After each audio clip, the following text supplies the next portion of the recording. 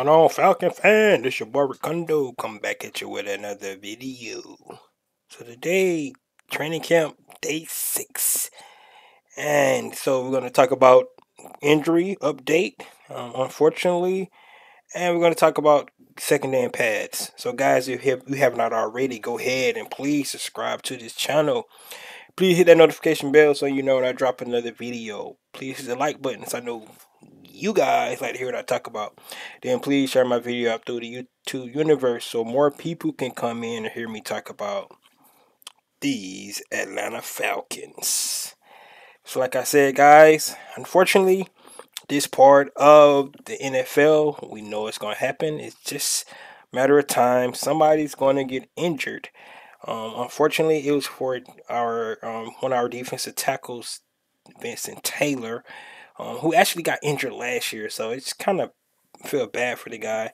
Ruptured his Achilles, so definitely he's out for the remainder of the season. That means that the Falcons gonna have to go ahead and make another roster move. Um, it will be interesting to see if they bring in actually another defensive tackle. Arthur Smith mentioned that he already had 10 guys at that position. He said some of them are, showing some things right now, but it'll be interesting to see who they decide to bring in. You know they're going to bring in somebody, though, with that roster move, so we just have to stand by for that. On a good note, though, Brian Edwards was back at practice today, which is a good thing, which means, just like the coach said, it was not that serious from the standpoint where he was going to be out a while. He did do light practice today, but he is back out there, so that's a good sign. So let us know that the injury was not that serious. So a couple of takeaways from today. And like I said, once again, guys, you have to get a shout out to the all the beat reporters out there, everybody out there showing us videos and things like that. People that cannot make it to the training camp. Just want to say thank you guys for keeping us updated. Let us know what's going on, and we'll we all of us go ahead and put our own perspective on it, what we're hearing, what we think, and that's what we got. So the O line is definitely playing better today. Of course, you can see from some of the films they did a lot of 1-on-1. They did 11-on-11. They did a 2-minute drill towards the end of practice. All things like that. From reports, the offensive line definitely was playing a whole lot better. We did hear that one guy was kind of struggling today. That was Jalen Mayfield. We could saw one video out there where he got beat by one of the undrafted guys. I think it was Derek Tangelo, but Jalen Mayfield is definitely is not helping himself. The fact that Elijah Wilkinson for the 5th straight day actually lined up at left guard, so let's let you know that at this point, where they're standing at that position, we still got to have preseason guys. Got a long way to go, but right now it does not look good for Jalen Mayfield. Also, the fact that Justin Schaefer had a couple of flash plays as well today. He showed his heavy hands that he have, his stout body. He was going up against another rookie, but he was able to hold his own. But those are the kind of things that we want to see on one-on-ones, going up against players. We did not see anybody go up against guys like Grady Jarrett and things like that and see how these guys hold up. But at the same time, if you can't beat undrafted guys and things like that, that's a little concerning. And it was reported Jalen Mayfield did not just lose to Tangelo. He lost to a couple other guys too, so he's definitely got to have a bounce back game tomorrow. Going back in there and pass, dust it off, come back in, just like you did last year when you had a bad game or something like that. You need to be able to do that. The center position, it's continually to be in and out every day between Matt Hennessy and Drew Dalman. So that battle is ongoing. Nobody has separate themselves right now at that position. It's day by day. They keep switching out that position. Right tackle was another position that we thought was going to actually be up for competition, but as of right now, Caleb McGarry has stayed in that position, so he's holding his own.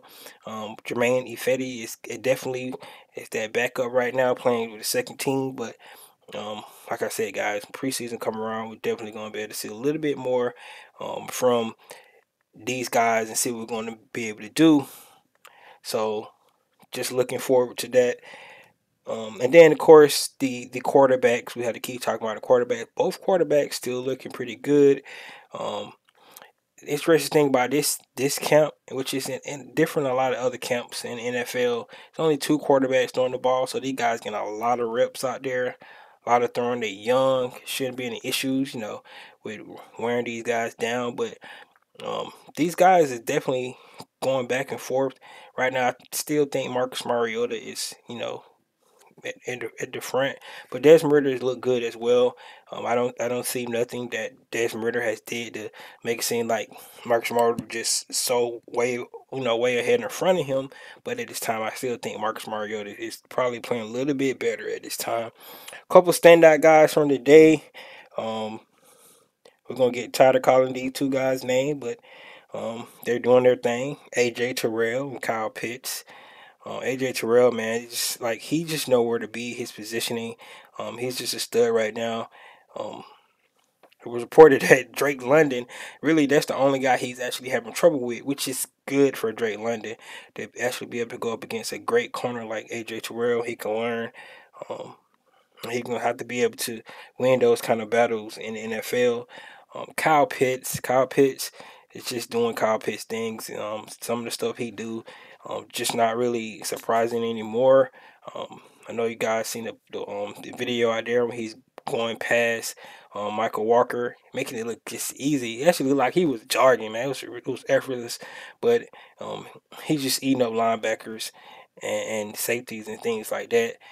It was also reported by him the only two guys that actually gave him any issues is once again AJ Terrell and Richie Grant, of all people. So that's good to go.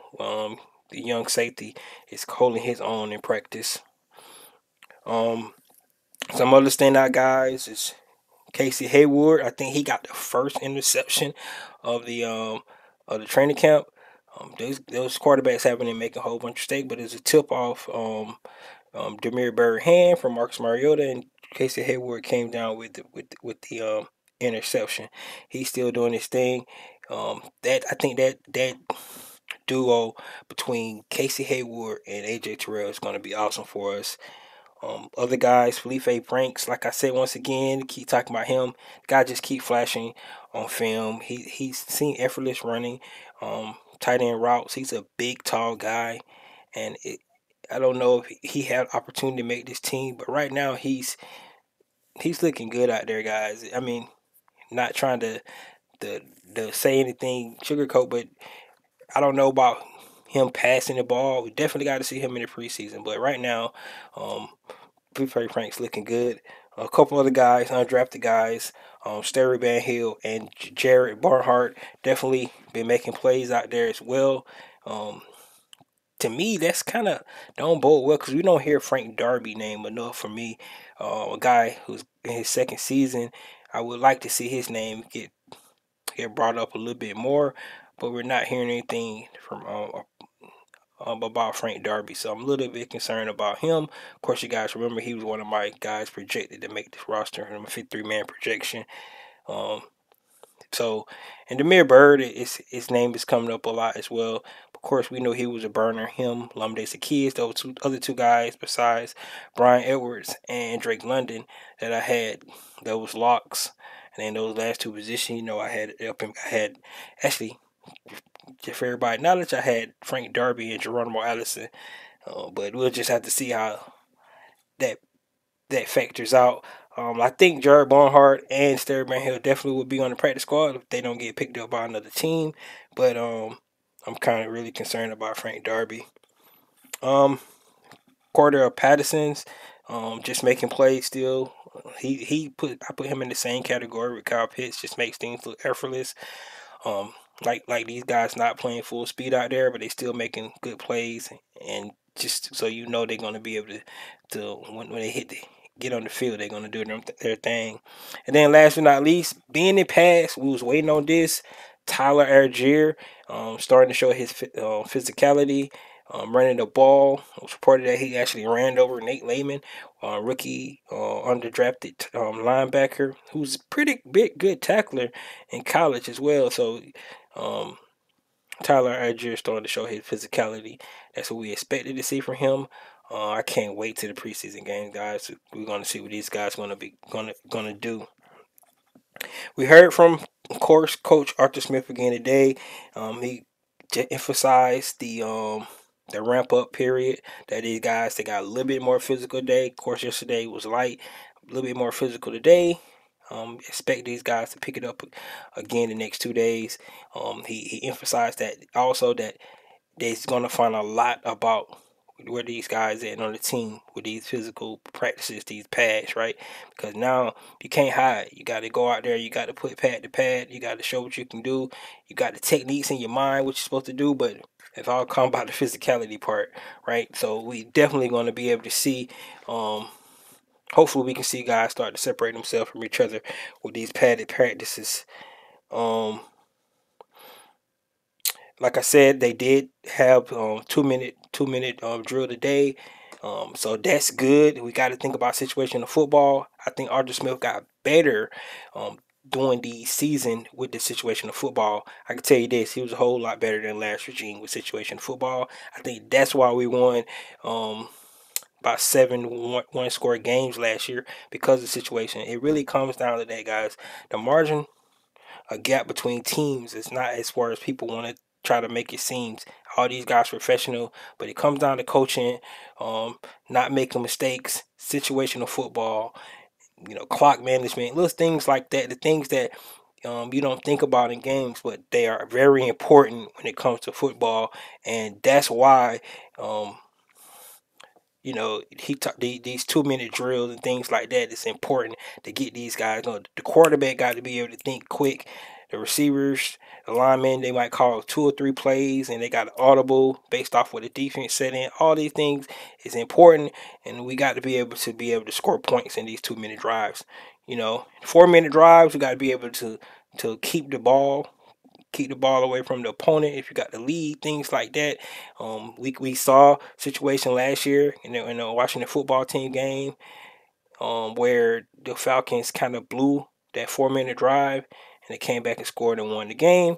The following next week, we executed that same kind of opportunity with the against the New York Jets in London, and it paid off. So those are the kind of examples when I'm talking about where situation football, you learn, from past mistakes. It's not maybe he wasn't aggressive enough last year on that one drive, and then figure out, we need to be aggressive this year and go ahead and take this game. So he also talked about the importance of preseason, um, and expect some of these guys to play a little bit longer. Maybe longer than normally from a lot of veteran guys, but he got to see what he got on this team. You want this quarterback to be able to fill the pocket, fill the pass rush, and only way you can do that, you got to have some of your starters out there where they won't get destroyed, right? So expect some of these guys to play a little bit longer in the preseason. Of course, um, that's all going to depend on how training camp is going, how some of these joint practices going to be, and we can kind of determine that way where these guys at as well. So just be on the lookout for some of our veteran and some of our starters potentially playing a little bit longer. And then the last thing he talked about was the center. We talked about the centers a little bit earlier, but the one thing that he really want to see playing centers is the command. It's really important for the quarterback and the center be on the same page. That center has to be able to call checks, call, where they're going to combo block on guys, things like that. Got to be able to communicate, got to have command of the huddle. That's why Alex Mack was so good. That's why Todd McClure, our other center that we had was so good, because those guys were definitely able to command the huddle and help the quarterback out. Quarterback does so much, but if we have a guy, a good center, a good intelligent center um, on that front line, um, leading the way, I think it bodes well for us. So whichever one of those guys can do that. Matt Hennessy has that one extra year experience, but um, like I said, right now it's nip and tuck. These guys going in and out one at a time. They show highlights from both of those guys today, going on one-on-one drill, and both of those guys did well. So it's definitely going to be interesting to see that center battle moving forward. And once again, I'm emphasize preseason. We got to see how these guys do in preseason.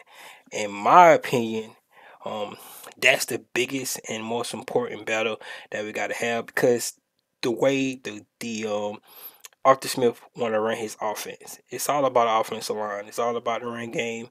We got all these explosive backs out there, and we can't run the ball. It's not going to bode well for this offense. We also heard from CP, um, Quadra Allison, and Lorenzo Carter. CP, just like I emphasized, talked about the lines getting better every day. You got to start to set days off days off days, get better, getting better, getting better. Guys start to separate themselves from each other. Who's going to be the starter? You got to start to see that in practice. Quadri Allison once again talked about the competition. That's that word again, guys. We keep talking about the competitiveness that's out there, the intensity that's going. And I really believe that it's got a lot to do with, because we earlier, one of my earlier videos, I talked about how many actual players here from last year, and it's only about 30 some players here from last year, guys. Out of 90-man roster, only about 31 players here from last year. So that tell you this is a different team from last year. Yes, we went 7-10 with that team, but this is a whole new team. It could be, concerns with chemistry, scheme, and all that stuff. But as of right now, these guys are looking like they playing together. They actually bringing that competitive, that intensity. And I can tell you one thing, that it's not going to be because these guys ain't bringing it when they play games this year. To just say that. And then last we heard from Lorenzo Carter, who's actually the wily veteran in the pass rush room, which he's still a young guy himself. Um, so I'm excited about that room, guys. Either way you look at it, I think we got a lot of different kind of players in that room. We got Lorenzo Carter, both. But the great thing about all these guys is they got long arms. Okendeji has a long reach as well. Abikadi has a long reach. D'Angelo Malone, wiry. I like that word. But this guy is explosive as well. So those guys definitely going to be able to get up to the pass rusher. I can't wait to see this once again. Keep talking about preseason. Um, but Lorenzo mentioned, the ideal is finally getting the pass. And it's go time, right? You got to be able to see what these guys are going to be able to do. And just like we all know, he mentioned you can't hide no more once you put pass on. So it's all about if you can do it, if you can't do it, and if you can't do it, it's gonna show real quick. And but all these guys, football players, all these guys love that. Um, so guys, that's all I have for today. Training camp day 6. Um, the only thing we can hope for these guys to stay healthy, keep up the competitiveness, keep up the intensity, and like I said, stack days. Just continue to stack the days. And this is your boy Ricondo. Come back at you with another video. Peace.